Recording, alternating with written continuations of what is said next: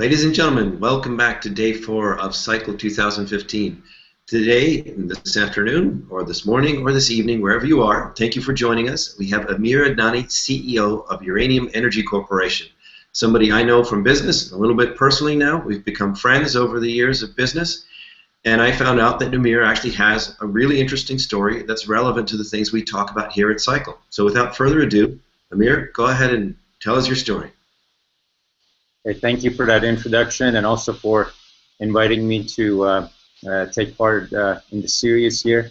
I guess I would really start by giving a bit of background and a background on myself, going back to a very young age, where I remember as kind of one of my earliest memories being the idea of going to my dad's office. My father was an entrepreneur, a businessman in Iran, where I was born. And I remember at a very young age the idea of just being fascinated by being alongside him, observing what he was doing. And I remember many years later my grandparents telling me that when I was young and they used to ask me what I wanted to do when I grew up, I would say, I want to be in business, I want to be a businessman. So this idea, I think, really had a very early seed was planted in me in terms of the idea of starting a business, building a business, and of course, having a very naive and maybe basic understanding of what that meant before trying to start my first venture. But at the same time, obviously, we start somewhere, and it's a snowball effect of understanding and gaining experiences and contacts and know-how as we build bigger businesses. But I'm very passionate about entrepreneurship. I'm very passionate about the idea and the excitement that goes into the very early stages of the formation of a business, the very early stages of that idea that it could be one person, it could be a group of people that think up together, and the very exhilarating kind of aspect of this risk that one is taking when forming a new venture. To me, is one of the most exciting things that I've experienced in life, and I really think that the idea is something that when I look throughout the different businesses that I've been involved with, never changes, and the cycles and motions are very comparable. So when I go back now and think about a business or a venture that I became involved with when I was still actually in university, I went to the University of British Columbia, and I graduated there with a Bachelor of Science degree.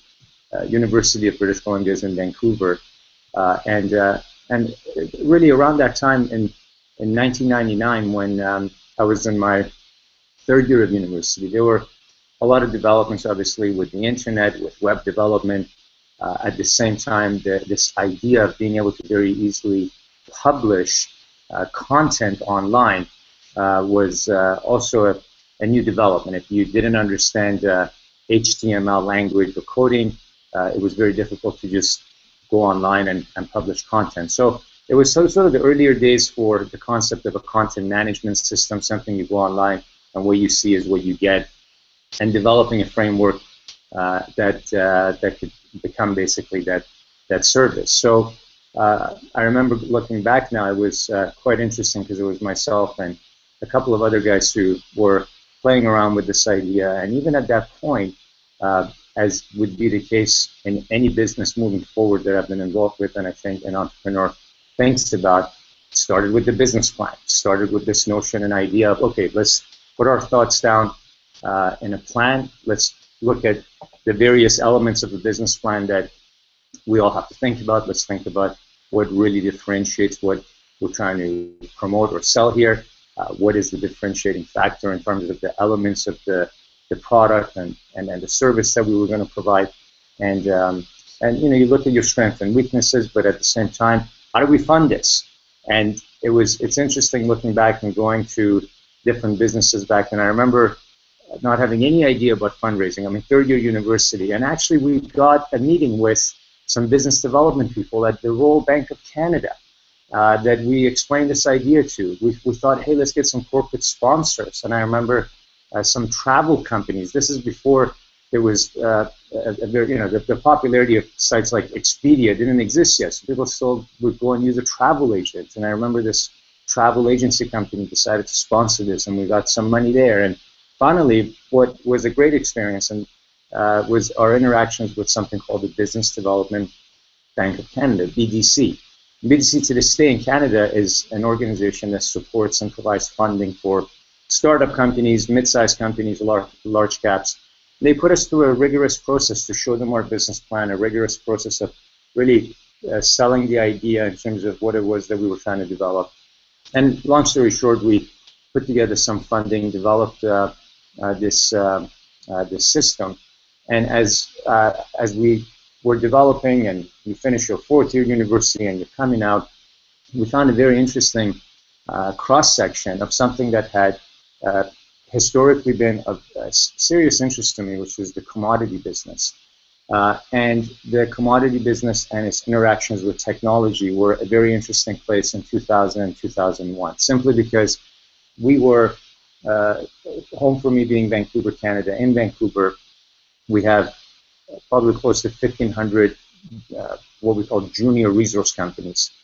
And at the same time, in 2000, 2001, you had a number of issues and developments with big cap companies like Enron and others like Globalcom that were starting to have problems with the stock market as listed companies. And so the issue of new rules and regulations that were coming out in the market that companies had to comply with for a public company required the ability for these public companies to be able to easily maintain and manage their website. So we were at a very interesting cross-section of recognizing that we can use or launch this this platform, the content management system idea, and combine that with the elements that would be required for disclosure and governance for a public company and bring it online. And no disrespect to mining companies, I'm in the mining business myself, but mining companies being in a very traditional hard asset business were never the first ones to be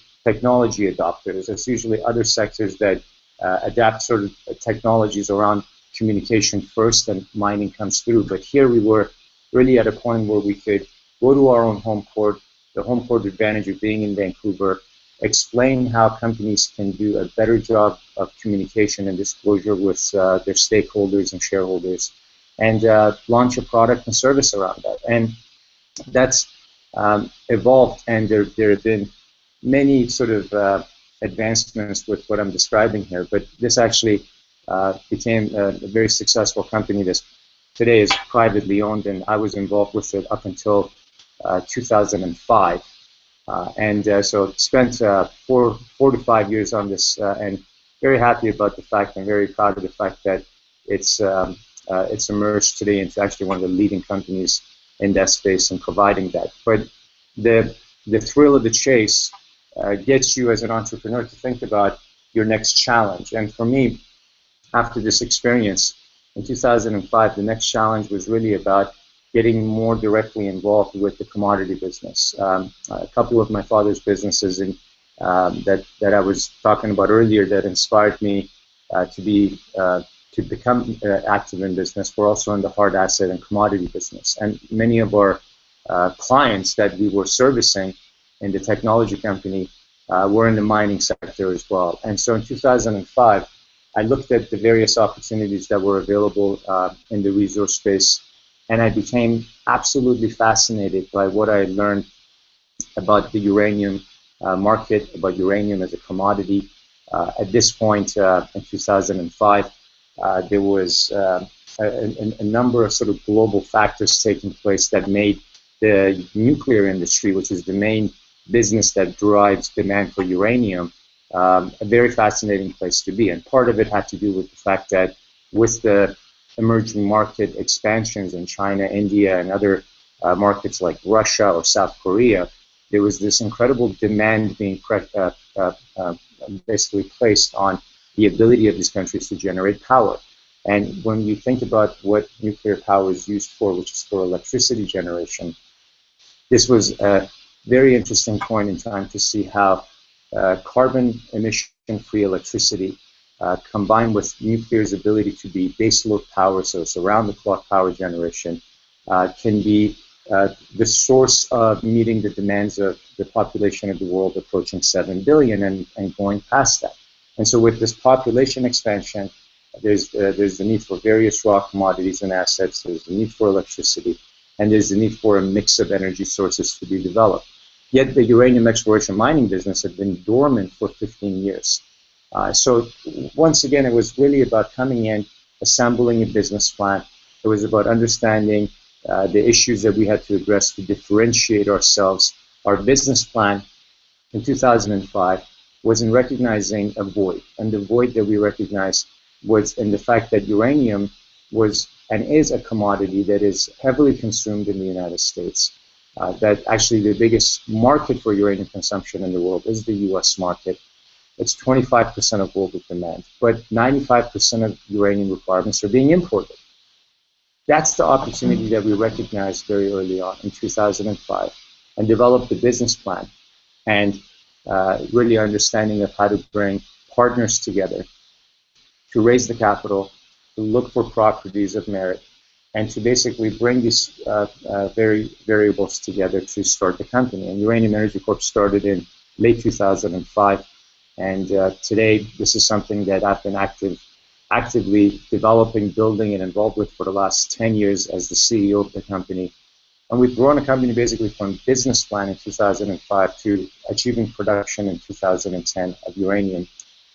Seeing our market cap go from basically starting again at the business plan stage and seeing the market capitalization of the company grow as much as $700 million.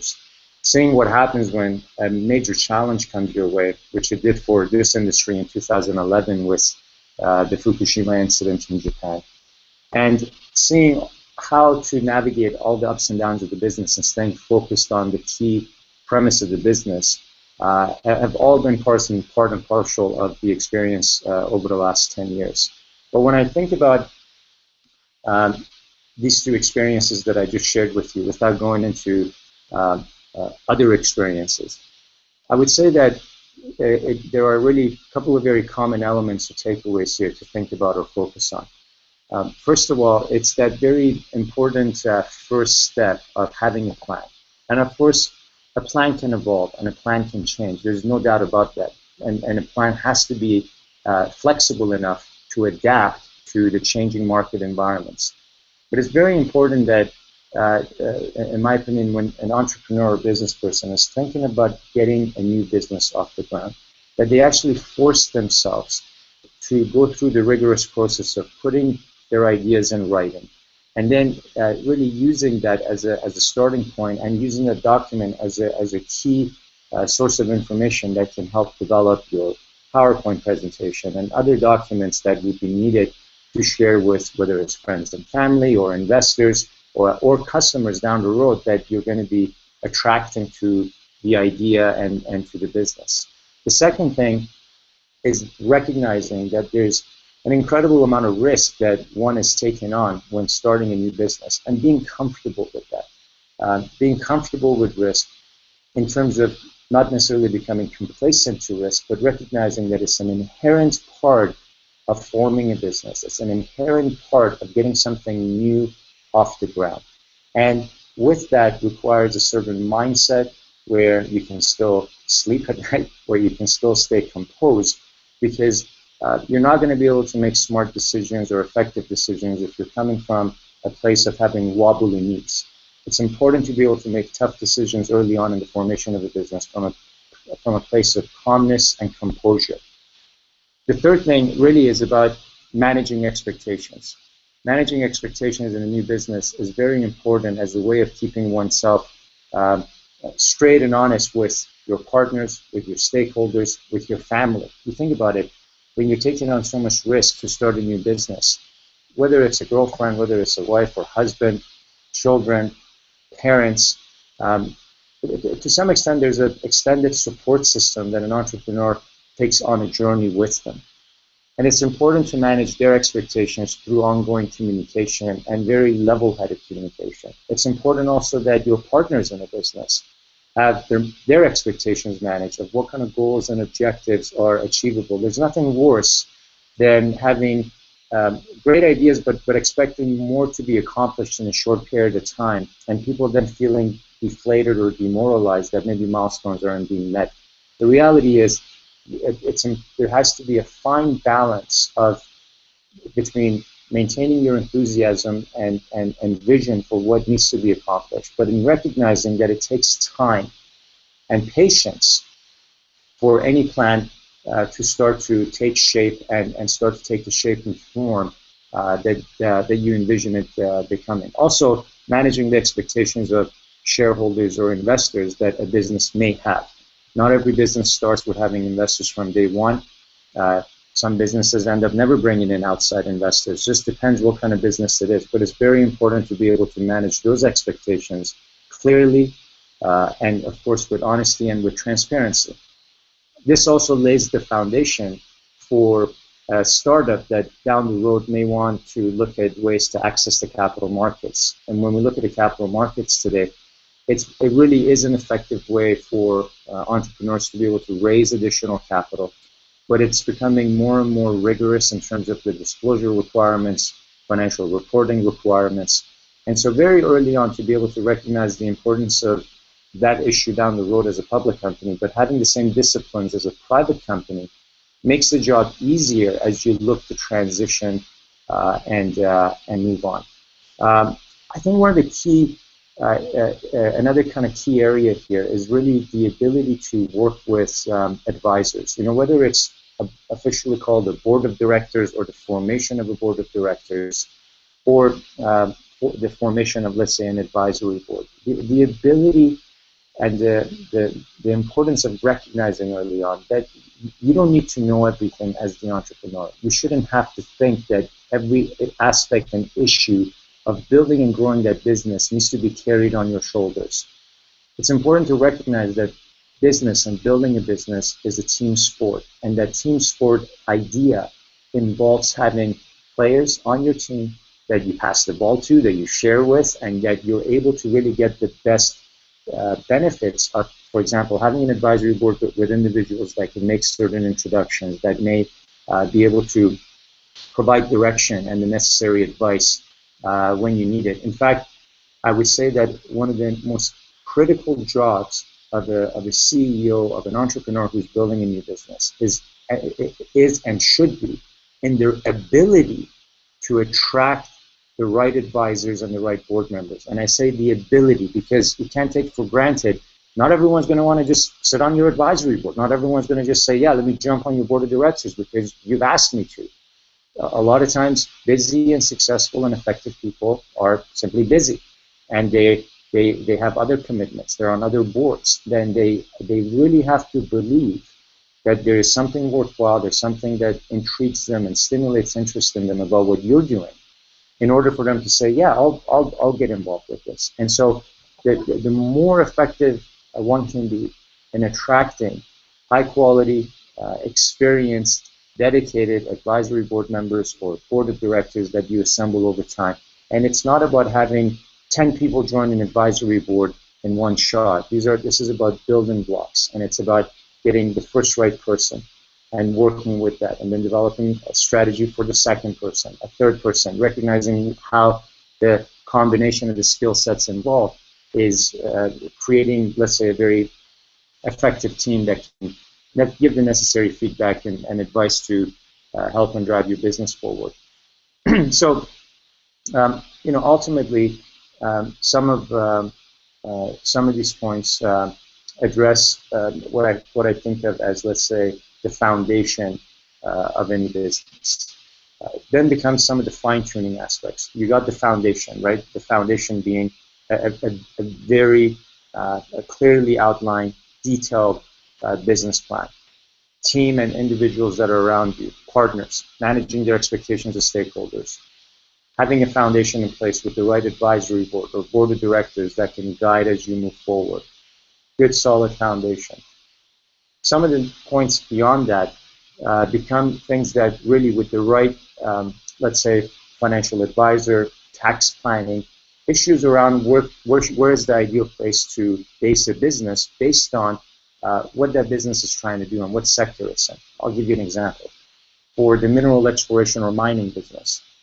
If there are 1,500 companies in Vancouver, British Columbia, which there's something around that, then that, in a way, is a very convenient place to have a mineral exploration company, because you can rest assured that if you're in that city, there are a lot of other peers there. There are accountants and lawyers there that have a specialty and experience in this industry. There are investors there with the same thing. And so the idea being that this, recognizing that if a certain city is the epicenter, or is really the center of influence for a certain sector, how should one position themselves in forming a new business relative to, let's say, the sun for that sector?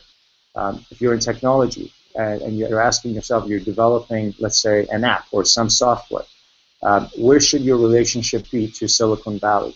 It might be very expensive to have a presence or office in Silicon Valley, but how do you network down there? How do you develop connections and individuals there that you might work with? If there's manufacturing, are there certain economic free trade zones that would provide for a better facility or launch pad to be able to get the business off the ground? I'm not trying to say that if you're starting a business, you need to necessarily right away pack your bag and go somewhere else. But it's just recognizing that every industry, every sector has its own universe, its own planets that are orbiting and moving around the sun or the epicenter for that sector. And it's good to be thoughtful and mindful of where you are relative to that, and how you can develop connections and network and understanding around where the epicenter is, and using that as a source of knowledge, as a source of information, to be able to think strategically about the business plan. At that point, it's also being quite open-minded in testing and retesting the business plan and making the necessary adaptations as the business needs to evolve. And that's a really critical point, is in how quickly we can recognize that certain changes are taking place in our particular landscape, and a business plan from 2 years ago or 3 years ago may need to be adapted in order to evolve. And if it doesn't evolve in a simple biological term, it could be basically wiped out. And that's something that requires that initial business plan to be reviewed and tested as you develop and move along at the same time. And of course, the last point here is an international point. And what I mean by that is, while we recognize that there might be an epicenter to any business, we also have to understand that the world is more international and more interconnected today than any other time in the last, whether it's the last 100 years or 2,000 years, of anyone in our shoes that said, I want to start a business. Today, it's interconnected more than ever before, which means that you really need to ask yourself the question of, from an international context and a global context, what is the strategy? Does there need to be a strategy? Are we thinking and planning locally while keeping an international angle in mind? In the mining business, for example, as we evolved and became a public company, at the early stages of us being a public company, we developed a strategy around gaining shareholders and attracting shareholders to our business that were mainly centered in North America. As we saw the financial crisis of 2008, we realized that there was so much pressure on the company because of the fact that all of our shareholders were in one place, and that if we did a job to further diversify our shareholder base, it would create a better opportunity and a stronger company for all shareholders involved. And so it was about recognizing that and investing the time and effort to make sure that we develop and gain a shareholder base that was very international, very well diversified. And sometimes these things happen because a company goes through an experience and you develop and adjust to a strategy. Or sometimes, if possible, you recognize early on the globalization or the international question, and you answer it and you say, how should this business be thinking about its position globally while thinking also locally and relative to the industry as well. Also, from an international point of view, international conferences exist these days for just about any sector. And sometimes they could be attended online like we're doing here, so they could be very time effective and very efficient to take part in. And sometimes when you're in person, obviously nothing beats, and to this day, I still believe that nothing really beats that human interaction. And so to really also think about investing some time to attend some of the conferences that are related to one's sector and business, even very early on in the development of that business plan, so that ideas and contacts that you make at these gatherings can and might be able to positively add to an idea that you might be developing. And this is something that, again, being interactive, being in that sort of live setting and audience, to really think about taking advantage of those opportunities when they come up. So really to bring it all together, or to summarize, I would really say that it's really the excitement, for me at least, that excitement of starting something from scratch, building it with the vision that it could become the next major player in the sector, having that energy, having that drive. That's something that is truly, that's what creates all the luxuries and benefits that we have in the world today that we enjoy. I mean, just the fact that we're communicating through computers and this device here right now is a testament to entrepreneurs that have taken the risk to develop and create the things that really create liberty, independence, and incredible financial wealth. It's recognizing that, and I think really, it's seeing the longer-term benefit that your efforts can create.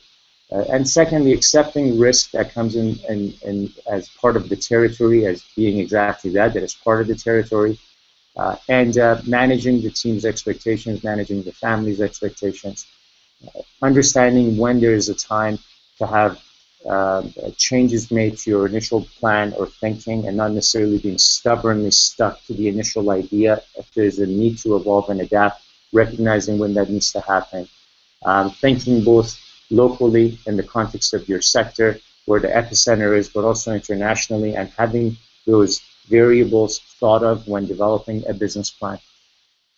And really going back to the idea of the team, that business is a team sport, and just like a great team, it's about making sure that you've got great defense, great offense, and when you think about the board, when you think about an advisory board and various other aspects of it, building a team piece by piece, but also recognizing you don't need to carry all of what needs to be done on your own shoulders, and that you need to pass the ball, make sure that you're leveraging everyone's best experiences and bringing that to advancing the company. So that's where I'd like to leave it off. And really, if there's some questions that Global might have, or any other questions that you might have, I'm very happy to take it. But those are the things and thoughts and ideas that I wanted to share with you today. I hope it was valuable, and I really admire anyone's interest in entrepreneurship and business for the reasons that I talked about. So really appreciate that I got a chance to share my thoughts and ideas and story with you today. Well, thank you very much, Amir. I feel like cheering. Your enthusiasm for entrepreneurship is wonderful, and I hope it's contagious, because it certainly has energized me. And we do have several questions here. I'll get to them in a little bit. But if you don't mind, I'd like to pin down a couple of details. Your first big IT business, you said, was third year college. Do you mind saying how old were you when you did that? Yeah, I'm just going off the top of my head then. So I started, I would have been 19 or 20 at the time. 19 or 20, and you convinced major Canadian banks and institutions to give you money. Well, I mean, at the end of the day, we're not talking about millions of dollars of money, but of course, for what our idea was and what we were asking for, I think it was more in the thousands of dollars. But looking back, we got money from Business Development Bank of Canada, and also we talked about Royal Bank of Canada. And I remember even going back and talking to some companies, Global, that they didn't want to give us cash, but we convinced them that they could give us money to cover our costs to do some of the advertising that we wanted to do in return for exposure or advertising later on the online site that we were developing. So it was almost like a combination of barter deals and cash. Well, we needed it all, so it was good. Very creative. But the point I want to draw out, or make sure that our audience understands, because we have students of all ages out there, but most of them are college students. I think Right. it's fantastic that you were able to do this while you were in college, while you're the same age as most of our audience out there. So don't, I'm looking at the camera in the audience right now, don't discount yourself. Don't tell yourself you can't do it now, you're too young. Amir did. And a lot of other people have as well. So, and this actually gets to one of our questions. You made a transition from an IT business that remained private, but grew quite large and successful, and then you went into the energy business, the mining business, again, starting from scratch. How did you get people to take you seriously? You're still pretty young at this point. How did you get people to join your board of advisors? How did you get people to take your business plan seriously as such a young fellow who wasn't from a mining background? Well, at the time, I think when I started Uranium Energy, I must have been 26 years old, and it goes back to exactly what I was talking about. It was about having a very clear plan, and it was a plan that came about after almost a year and a half of due diligence, of talking to people in the industry, being already at mining conferences because of the fact that our IT company was quite mining focused, and being able to network and talk to the right people, and recognizing that, hey, while everyone in 2004, 2005 was focusing on developing uranium projects in Africa and Central Asia, maybe in Canada, that there was this uniqueness to the idea of developing U.S. uranium projects.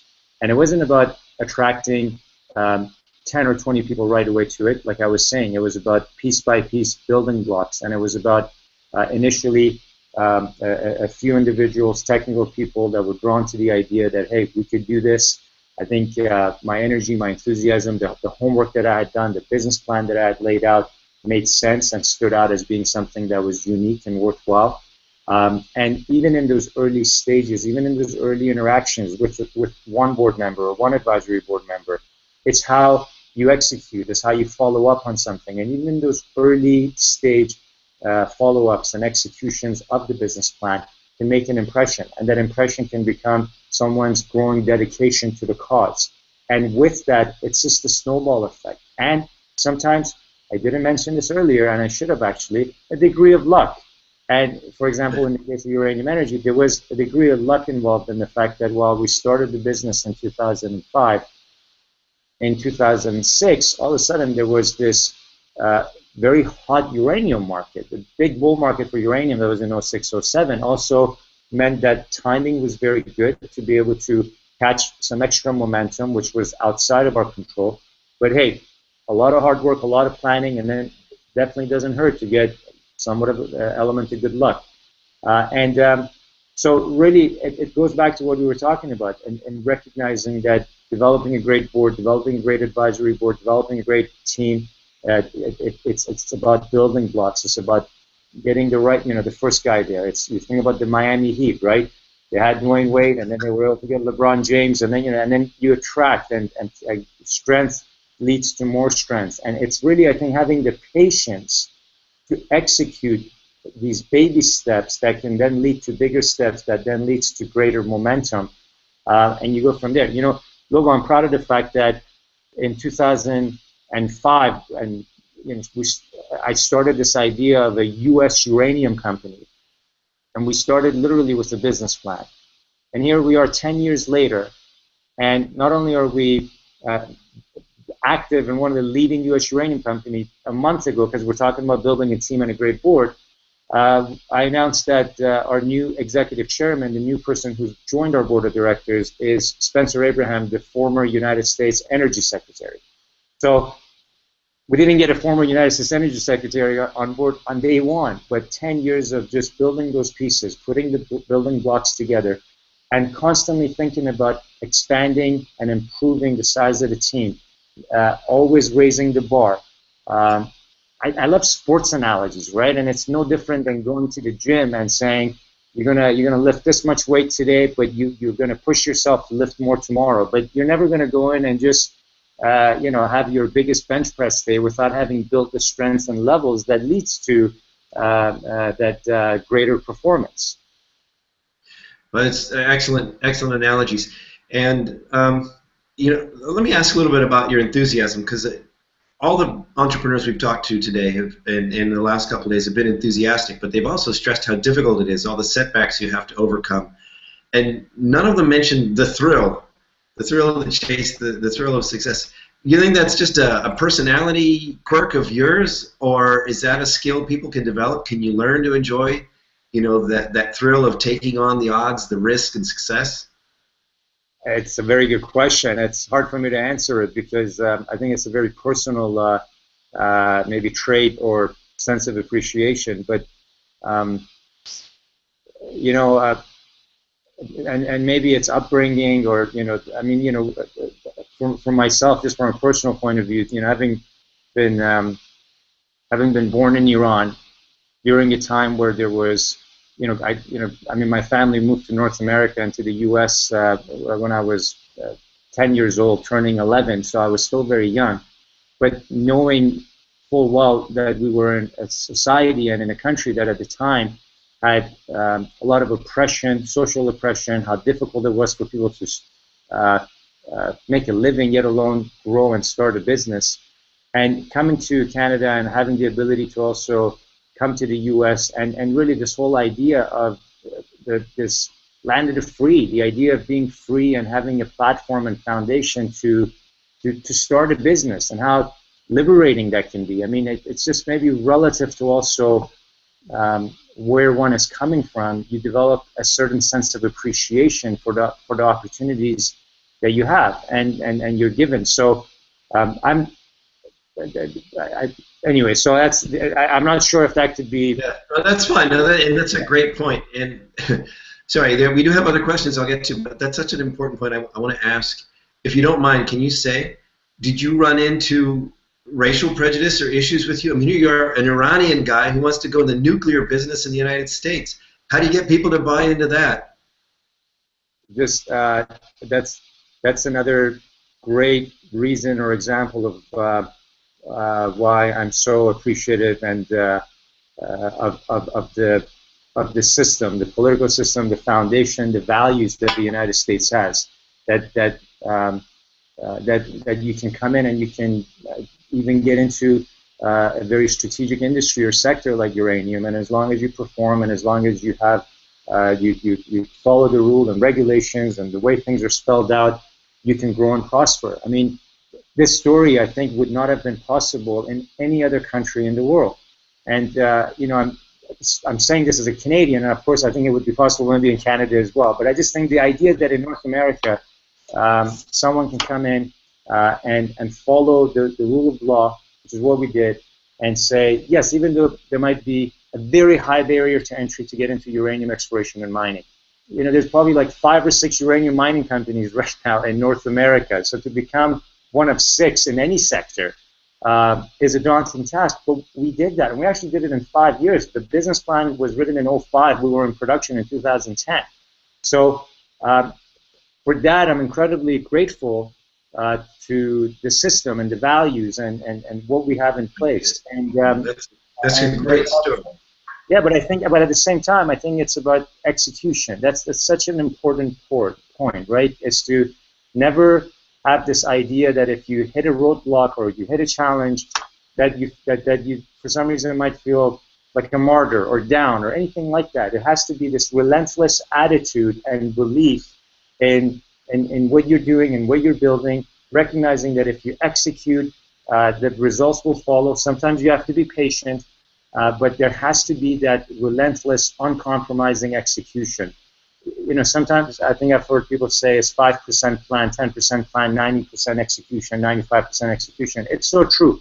I emphasized a lot about the plan, but I just want to be very clear as well that 5 or 10% might be that plan, but 90 or 95% will be about execution. Yes, and failure is not an option. The attitude there, I love it. We have a question from Anders who wants to know how important was formal education in terms of getting involved in the commodity business. And as I understand your story, you actually had no formal education that's directly related to commodities. You got into it from your previous business. Is that right? I think in the commodity business, yeah, correct. And in the commodity business in particular, and Lobo, you know about the commodity business quite a bit as well. We really have today, in let's say in the CEO position or in the entrepreneurial positions, people that have an accounting background, a legal background. Some have a mining background. Some have a geology background. And it really, there's in the mining or commodity business, at least in particular, there is no requirement that says you only have to be officially trained as a mining engineer to start a company or to become the CEO, and that's certainly not the case in the junior world or even in the major world. But what is important in the mining business, and I think again in any business, and this is what I talked about, is about the team, and it's about the people, and the team really is about having a balanced team. Again, going back to the sports analogies, it really is about how well balanced that team is on offense, on offense, on defense, on your bench, your substitutes. I mean, it really is about that. It's really about recognizing the importance of technical expertise, how specific technical expertise can be, the importance of finance, the importance of a company having a vision, and the importance of a company being able to get its message out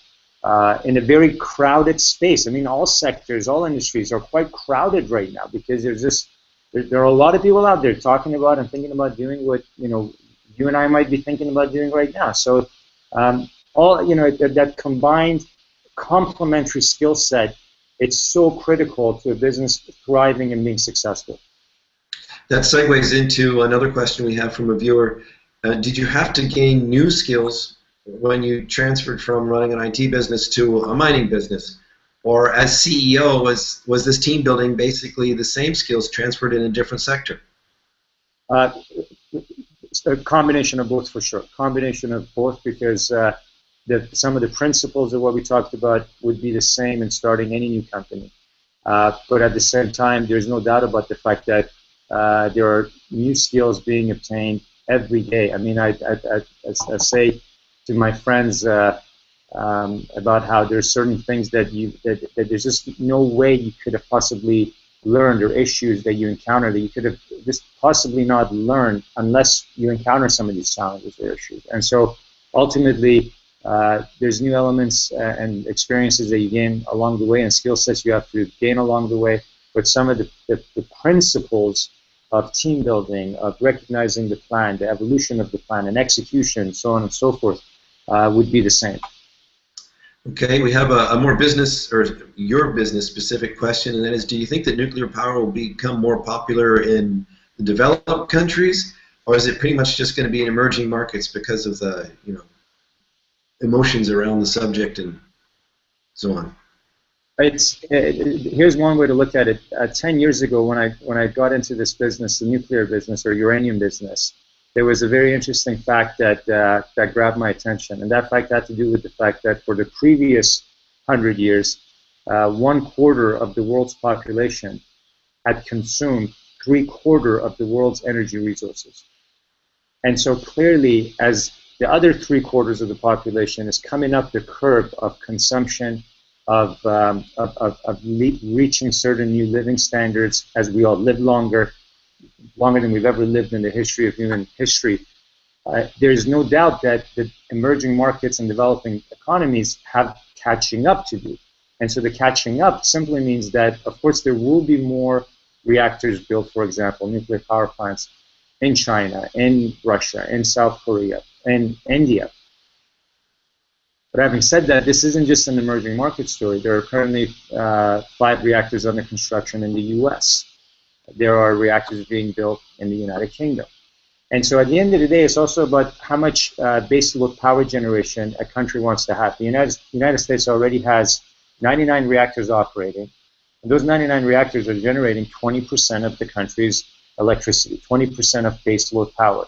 And by the way, it's 65% of carbon emission-free electricity in the U.S. In China, it's 2% of their power is coming from electricity. World Health Organization says most, or if not all, major Chinese cities have air pollution that is outside and above acceptable healthy levels. And so the pace of action there to build reactors to have more CO2 emission-free power generation is just magnitudes higher because they need to play catch-up. But I will say that the number of reactors that are under construction worldwide right now, which is about 67 or so, this is one of the biggest expansions of nuclear power that we have seen in the 40 or 50 years of a civilian nuclear power generation or for electricity generation. And it's truly international. In the 70s, nuclear power was a club, and it was a club that United States belonged to, France belonged to, Japan belonged to. It was a club, but it was the sign of the market or an economy that had become advanced. Today, nuclear power is in 30 different countries, and even countries that are oil-rich, like in United Arab Emirates, has reactors under construction. So when we're talking about 7 billion people in the world and population expansion in the world, energy and energy planning and energy diversification are probably some of the biggest issues facing governments and policymakers right now. Oh, awesome answer. We have another question. How often do you review your business plan / purpose and reevaluate if you're still on course? Okay, well, depends what stage of development you're in. First of all, at the very early stage of development, it might be more critical since it's the genesis. If you're at the embryonic stage, and it's more important or critical to review those plans and expectations because you need to assess if you're getting off the ground. Once you get off the ground, the review of the business plan evolves into review of financial metrics that are now in a more developed business become the more necessary means by which to see if the margins or if the financial returns that are expected are being met. And if they're not being met, the financial metrics that are now becoming more important to analyze, they guide and bring you back to reanalyzing the business plan. And so I think it's this evolutionary curve of what is important at the beginning and the data that you're analyzing, how it evolves as the company and the story develops. Very good. We have a more theoretical question in terms, you made a switch from one industry to another, and do you think that as a generalization, that's a strategy worth recommending to come at an industry from as an outsider versus working your way up as an insider? Does that add value in some way or perspective? Or it absolutely does, but I wouldn't necessarily say that. For me personally, I didn't wake up and say I really want to just get out of this industry and go to another industry. For me, there was this deep-seated interest in mining and in hard assets. I'd been around it from a young age, and I was very interested in it. And again, even the IT business that I developed was very much around and involved in mining. And so, but having said that, that's my own personal experience. But having said that, I do believe that an industry outsider, once entering a new industry or business, absolutely has new ideas and views that could be valuable in a new industry.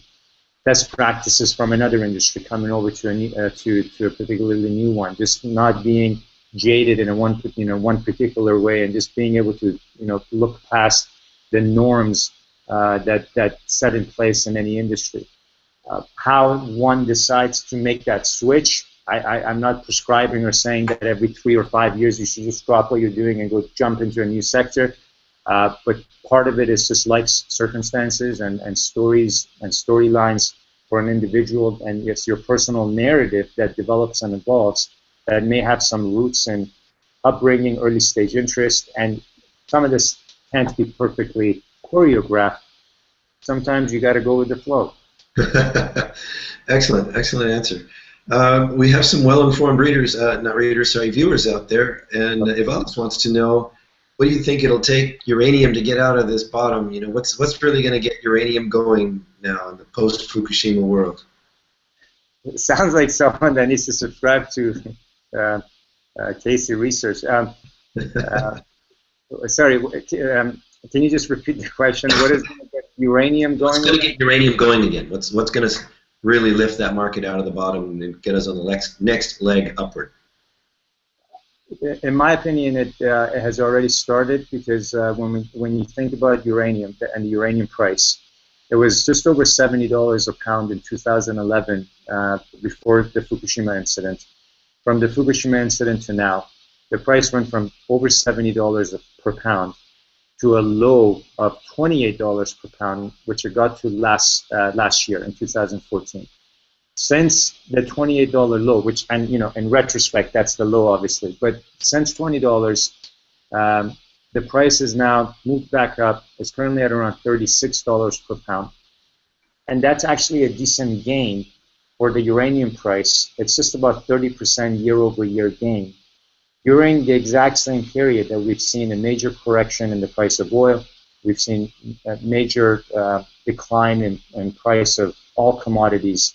So uranium, in my mind, has put a bottom in at $28 and has now constructively moved up in an upward trajectory. And the reason is the bear market for uranium started 4.5 years ago in 2011.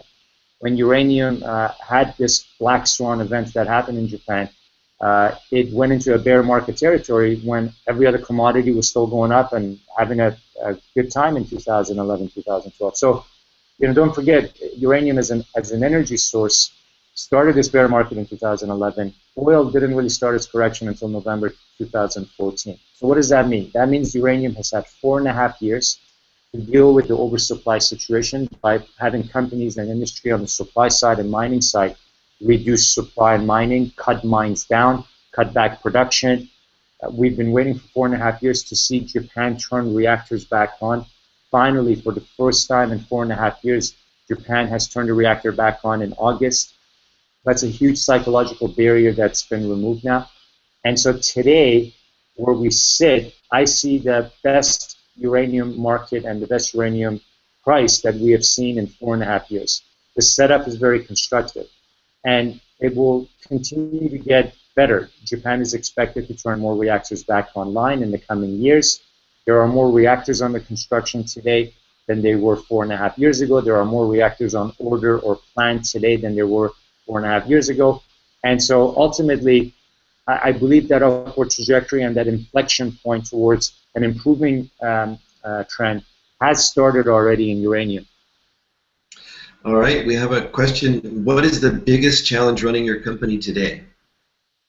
So for me, being in the commodity business, being in the mining business, any mining-based business has the commodity price as its #1 risk, because it's an issue that we don't control. It's outside of our control as to what happens with the uranium price or the gold price or the copper price. That's unique to the mining business. And so obviously some of the similarly obvious risk factors in other businesses would be different.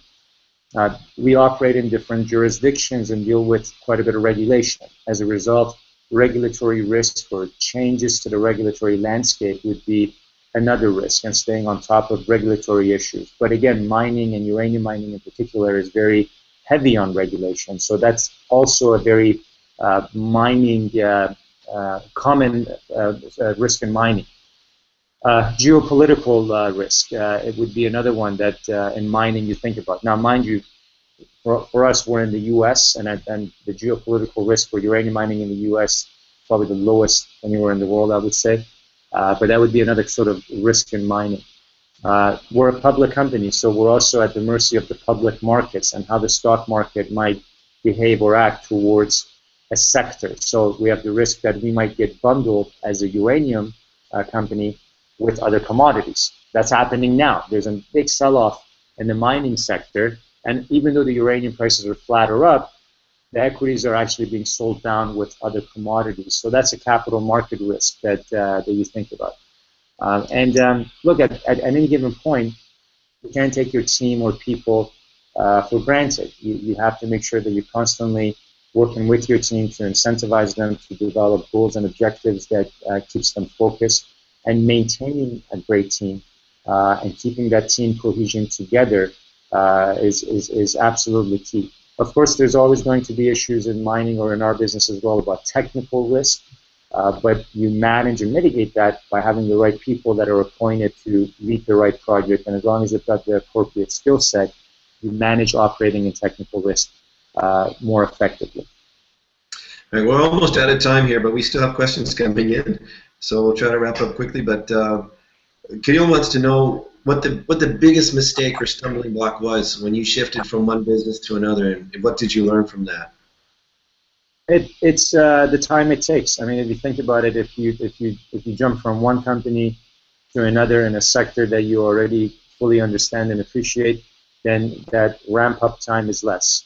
And so the ramp up time when you make a switch from one sector to another is something that can work against someone. It may take longer. It may then potentially converge with maybe issues in that sector that you're not aware of that are slowing everyone down, and then you're getting caught up in a bigger slowdown. So I think that ramp up time is something you need to think about when making a switch from one sector to another. Okay, very good. We have 60 seconds left, and I swear I'm not just trying to be nice to you, Amir. A viewer asked if you could compare your company to, say, Cameco as an investment. Geez, I mean, this, I'm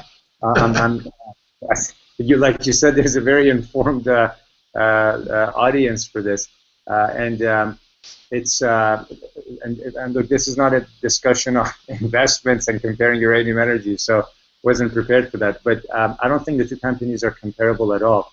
Cameco is a large cap, $6 or $7 billion company. It's been around for decades. It had its roots in crown corporations or government companies in Canada coming together, which is like the polar opposite of uranium energy being this entrepreneurial company that was just started 10 years ago. So definitely don't think there's a comparison there. But apples and oranges, both in the uranium space, and I'll leave it at that. Well, yeah, okay, very good. Well, I'll say there's certainly an obviously easier opportunity to see share price appreciation in a smaller company, and I will leave that at that. We're getting lots of thank yous, a lot of people making comments here about how great this information is. So on that positive note, I'm going to thank you again for taking your time to share with us some really great content here. Appreciate it very much. And I don't know if you're in the US or Canada now, and that has an impact on your Thanksgiving, but anyway, I wish you a happy Thanksgiving either way. And all our viewers out there, thank you so much for tuning in. Remember to click on the links for tomorrow's presentation separately, and I hope to see you on the Liberty.me discussion forums, particularly the mentoring forum. We need to pay Rick for his time. Remember that. Okay, thanks, Amir. Thank you, everybody. Have a great evening, day, morning, wherever you're at. Have a good one. Thank you.